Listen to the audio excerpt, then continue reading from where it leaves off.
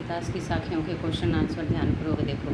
First question देखो, मानसरोवर से कवि का क्या आशय है। मानसरोवर से कवि का आशय मन रूपी तालाब से है, जिसमें ज्ञान प्राप्ति के पश्चात जीवात्मा रूपी हंस क्रीड़ा करता है, अर्थात जीवात्मा मोक्ष रूपी मोती चुगती है। सेकंड क्वेश्चन देखो, कवि ने सच्चे प्रेमी की क्या कसौटी बताई है। कवि ने सच्चे प्रेमी की कसौटी पर प्रकाश डालते हुए कहा है कि ईश्वर का एक प्रेमी जब दूसरे प्रेमी से मिलता है तो विषय वासना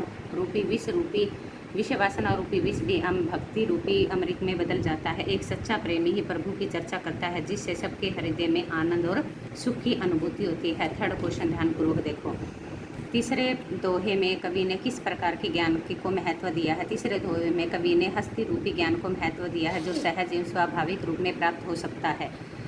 फोर्थ क्वेश्चन देखो, इस संसार में सच्चा संत कौन कहलाता है।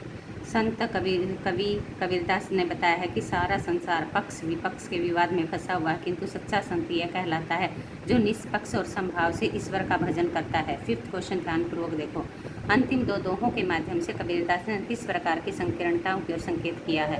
अंतिम दो दोहों में कबीरदास ने हिंदू और मुसलमानों की सांप्रदायिकता अर्थात राम श्रेष्ठ और मुसलमान रही खुदा श्रेष्ठ की संकीर्णता पर प्रकाश डाला है। अंतिम दोहे में कबीरदास ने ऊंचे कुल में जन्म लेने पर उसकी महत्ता पर प्रकाश नहीं डाला, बल्कि ऊंचे कुल में जन्म लेने पर अगर वह गुणहीन है तो वह अपने आप में ऊंचे कुल का समझने की संकीर्णता को अभिव्यक्त किया है। व्यक्ति ऊंचे कुल में जन्म होने से नहीं अपितु अपने अच्छे कर्मों के द्वारा ही उच्च माना जाता है।